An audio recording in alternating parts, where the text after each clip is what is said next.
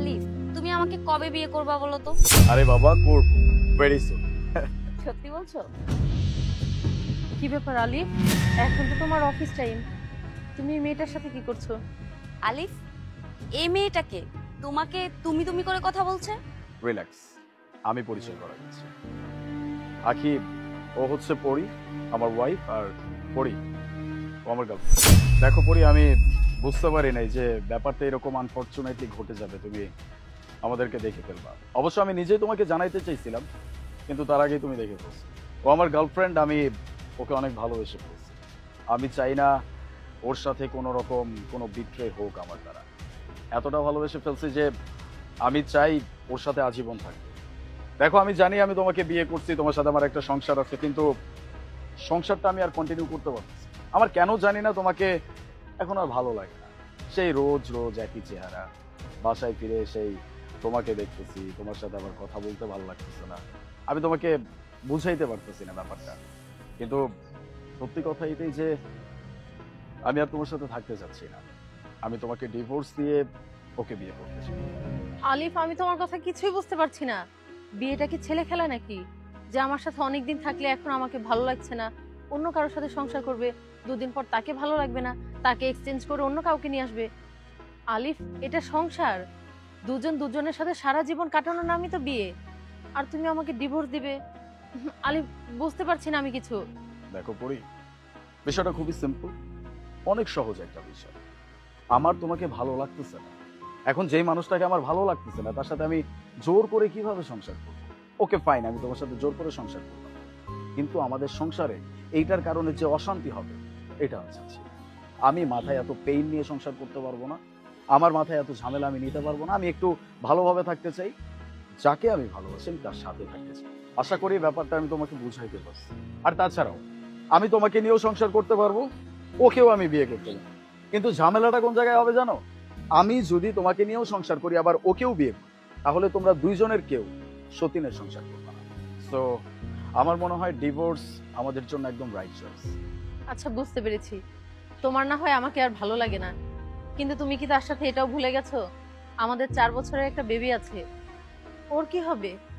ভুলে যাই নেই, মাথায় আছে, পরে দেখা যাবে, সমস্যা নেই। বুঝতে পেরেছি।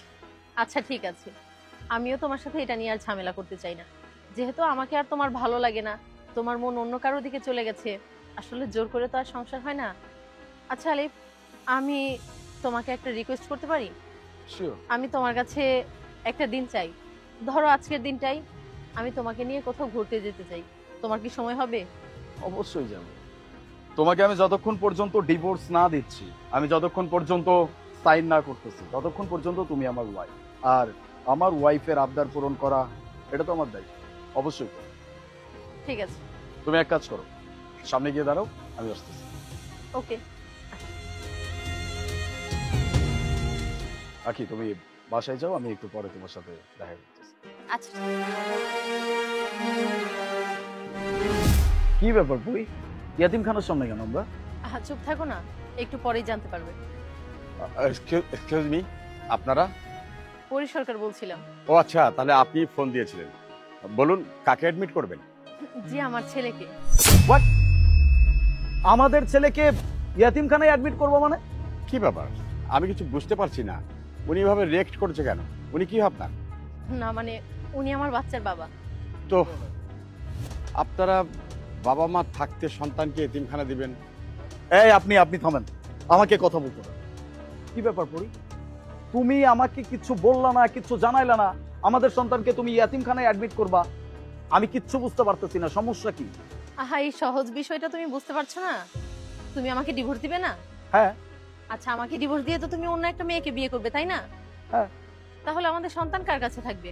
তোমার আর তোমার ওয়াইফের কাছে থাকবে? আজব ব্যাপার, আমাদের কাছে কেন থাকবে? বাচ্চা জন্ম দিছো তুমি, সেই বাচ্চাকে অন্য একটা মেয়ে মানুষ করবে, এটা কখনো হইতে পারে? কেন? জন্ম তো আমি একা দেইনি, আর তাছাড়া আমি তো বুড়ি হয়ে যাইনি, তাই না? আর আমি সারাটা জীবন তো একাও কাটাতে পারি না।